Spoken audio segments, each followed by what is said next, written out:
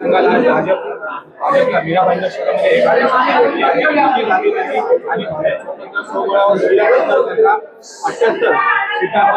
जागांवर त्यांना विजय मिळाला। मी प्रथम मीरा भाईंदरच्या मतदारांचा मनापासून आभार व्यक्त करतो।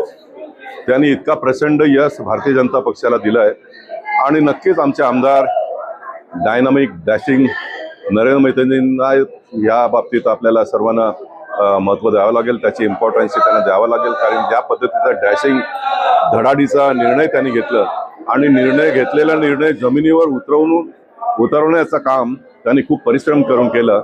सर्व नगरसेवकांना सोबत घेऊन, सर्व पक्षातल्या कार्यकर्त्यांना सोबत घेऊन इतकी मोठी वाटचाल करणं ही सोपी गोष्ट नाही, परंतु नरेंद्र मेहतांनी ते करून दाखवलं आणि त्यांनी जे केलं त्यावरती शिक्कामोर्तब करण्याचं काम मीरा भाईंदर मधल्या मतदारांनी केलेलं आहे। शिवसेनेला पाहिजे तशा जागा मिळाल्या नाही आणि त्यावरून परिवहन मंत्री प्रकाश पाटील यांनी सातत्याने नरेंद्र मेहता यांच्या भ्रष्टाचाराचे आरोप केले तरी देखील भाजप विजय झाले।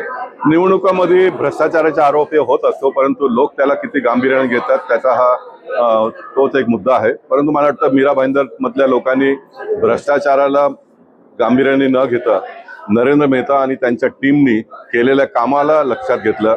नरेंद्र मोदीजी ज्या गतीने काम करतात ते लक्षात घेतलं। देवेंद्र फडणवीसजी आणि एकनाथ शिंदेजी महाराष्ट्रामध्ये ज्या गतीने काम करतात ते लक्षात घेऊन मतदान केलंय आणि म्हणून इतका मोठा विजय झालेला आहे।